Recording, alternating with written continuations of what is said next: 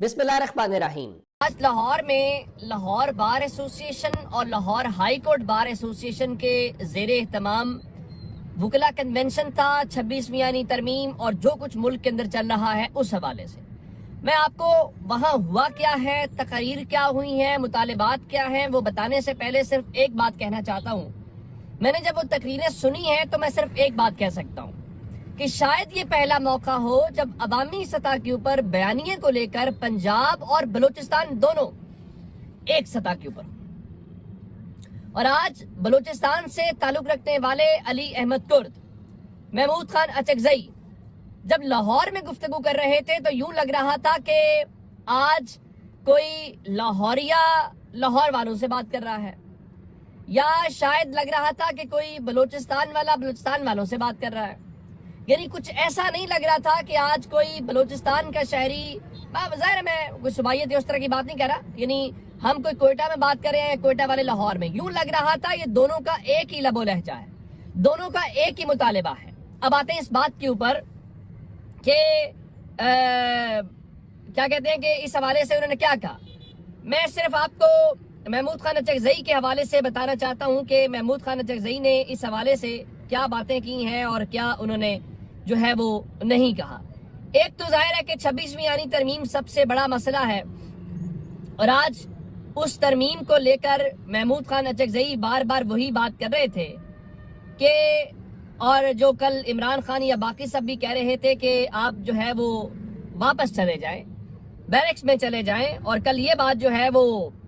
مولانا فضل الرحمان بھی assembly floor کے اوپر بات کر رہے تھے، لیکن انہوں نے کچھ اور جو باتیں کی وہ یقینی طور پہ میں رپورٹ بھی نہیں کر سکتا۔ انہوں نے کہا جی یہاں کوئی کسی کا آقا نہیں ہے، نہ کوئی کسی کا غلام ہے۔ پھر انہوں نے کہا کہ دفعہ 144 لگا کر ہمارے بچوں پر ظلم کیا گیا، چاہے وہ پنجاب میں ہو یا سندھ میں ہو۔ انہوں نے کہا کہ ان حالات کے باوجود پاکستان کے خلاف نعرہ نہیں کبھی لگایا۔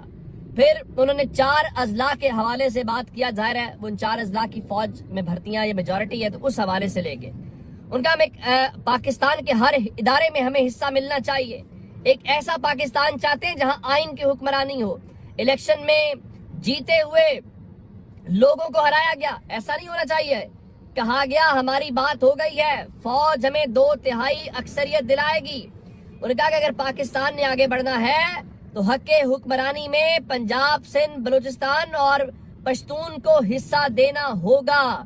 اچھا یہ باتیں محمود خان اچکزئی کی تھی، لیکن دوسری جانب جو کرز صاحب تھے، کرز صاحب بڑی جذباتی تقریر انہوں نے آج بھی کی، اور پھر انہوں نے سیکٹر کمانڈرز کی بات کی اور کہا کہ ہم وہ نہیں ہیں جو جا کے چائے پئیں اور حاضریاں لگوائیں۔ پھر انہوں نے ایک اور بات کی، انہوں نے کہا جو 26ویں آئینی ترمیم ہے وہ آسمان سے اترا ہوا کوئی فرمان نہیں ہے، 26ویں آئینی ترمیم کو آئین کا حصہ نہیں رہنے دیں گے۔ اور علی احمد کرد نے اپنے جذباتی انداز میں کہا کہ ہم وکلا نے پہلے بھی امریتوں کو للکارا ہے اور آج پھر للکار رہے۔ پھر کسی نے آج یہ بھی کہا کہ پہلے ایکسٹینشن نوٹیفیکیشن کی صورت میں ہوتی تھی، اس بار 26ویں آئینی ترمیم کو کسی کی ایکسٹینشن ہی سمجھا جائے۔ اور یہ ساری باتیں ہونے کے علاوہ جو بیرسٹر گوہر خان ہیں تحریک انصاف کے، انہوں نے کہا کہ پاکستان تحریک انصاف یہ مطالبہ کرتی ہے کہ 26ویں یعنی ترمیم کے خلاف جو پیٹیشنز ہیں ان کو جلد سماعت کے لیے مقرر کیا جائے، اور ان پیٹیشنز کو وہ ججز سنے جو 26ویں ترمیم کے ذریعے جج نہیں بنے، یعنی اس کے جو بینیفیشری ہیں وہ نہ سنے۔ اچھا اس کو لے کے پھر عابد زبیری صاحب جو سپریم کورٹ بار کے سابق صدر ہیں، ان کا دیکھیے، اور انہوں نے علی احمد کرد صاحب سے ملتے ہوئے بات کی، جو انہوں نے کہا کہ وہ سارا کچھ جا کے سیکٹر کمانڈر سے چائے پیتے ہیں۔ انہوں نے کہا 26ویں یعنی ترمیم کے خلاف ہماری جدوجہد صرف اسٹیبلشمنٹ یا حکومت کے خلاف نہیں ہے، ہم بلکہ ان وکلا گروپس کے خلاف بھی ہے جو سہولت کاری کر رہے ہیں۔ تو پھر بیرسٹر گوہر خان نے کہا کہ عدلیہ آزادی کے لیے ہر تحریک لاہور ہائی کورٹ بار سے شروع ہوگی، اور ساتھ ہی انہوں نے کہا کہ 26ویں ترمیم میں 225 ووٹوں سے ہوئی، اور 26ویں ترمیم کو پاس کرنے کے لیے ان کی باقاعدہ طور کے اوپر پلاننگ تھی۔ پلاننگ تو خیر تھی، اس بات کو جو ہے وہ ڈینائی جو ہے وہ نہیں کیا جا سکتا، اور یہ سب کچھ تھا۔ اچھا پھر حامد خان صاحب جو ہیں انہوں نے یہ کہا کہ پاکستان کی تاریخ کا ایسا دور آ چکا ہے جہاں ہمیں واضح فیصلہ کرنا ہے۔ فوج کو اپنی بیرکوں میں واپس جانا ہوگا، ان کا سیاست سے کوئی کام نہیں ہے، اب جاؤ اور اپنا کام کرو، تم سے اپنا کام نہیں ہو رہا۔ بلوچستان میں روز دہشت گردی ہو رہی ہے، آپ کو سیاست سوجھی ہوئی ہے۔ اور پھر ان کا 8 فروری کو مینڈیٹ چوری کیا گیا، آئین پر سب سے بڑا ڈاکہ 26ویں ترمیم کو مارا گیا، اور لوگوں کو اٹھا کر ان کے بچوں کو اغوا کر کے 26ویں ترمیم کروائی گئی۔ پھر ان کا جو چیف جسٹس ہے وہ ایک پپٹ بن گیا ہے، اور ساتھ ہی انہوں نے کہا کہ ہم وکلا 26ویں ترمیم کے واپس ہونے تک چین سے نہیں بیٹھیں گے۔ تو کہنے کا مطلب ہے کہ آج یہ تگڑی تقریریں تھی، اور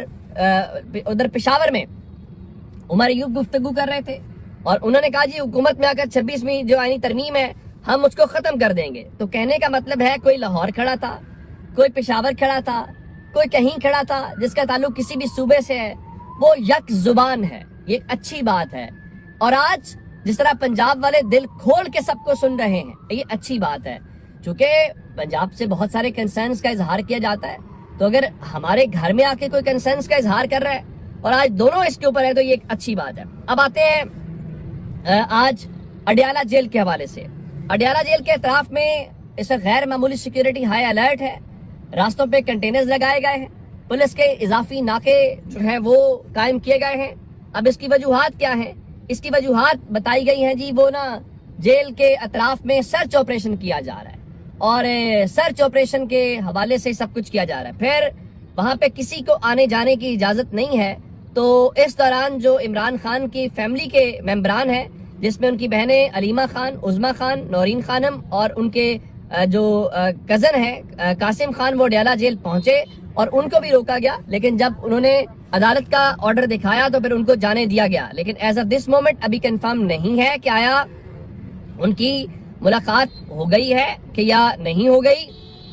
کیونکہ ان کو آگے جانے ضرور دیا گیا ہے۔ تو ایک تو معاملہ ہو گیا یہ۔ دوسرا آپ کو بتانا ہے، سپریم کورٹ میں جو میں نے آپ کو بتایا تھا کہ دلائل اس وقت چل رہے ہیں، تو سلمان اکرم راجہ صاحب نے آج بڑے مؤثر انداز میں، بڑے واضح انداز میں بین الاقوامی قوانین اور ضابطوں کی روشنی کے اندر بتایا۔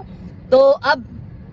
فوجی عدالتوں کے حوالے سے جو سماعت ہے وہ کل تک ملتوی کر دی گئی ہے، اور سلمان اکرم راجہ صاحب کے دلائل مکمل ہو گئے ہیں، اور عزیر بھنڈاری جو ہیں وہ ان کے دلائل شروع ہو گئے ہیں، اور کل وہ اپنے دلائل دیں گے۔ تو ہوپ فلی یہ جو کیس ہے وہ اپنے منطقی انجام تک پہنچے گا، اور اگر منطقی انجام تک پہنچتا ہے تو پھر کچھ نہ کچھ چلیں ہم توقع رکھ سکتے ہیں، کیونکہ اس وقت جو انٹرنیشنل پریشر ہے اس سے بھی ہمیں پتہ چلے گا کہ انٹرنیشنل پریشر ان کے اوپر کتنا ہے اور یہ اس کو کتنا برداشت کر پا رہے ہیں۔ اچھا، کل ہوا کیا، سینٹ میں حکومت کی دوسری بار شکست ہوئی،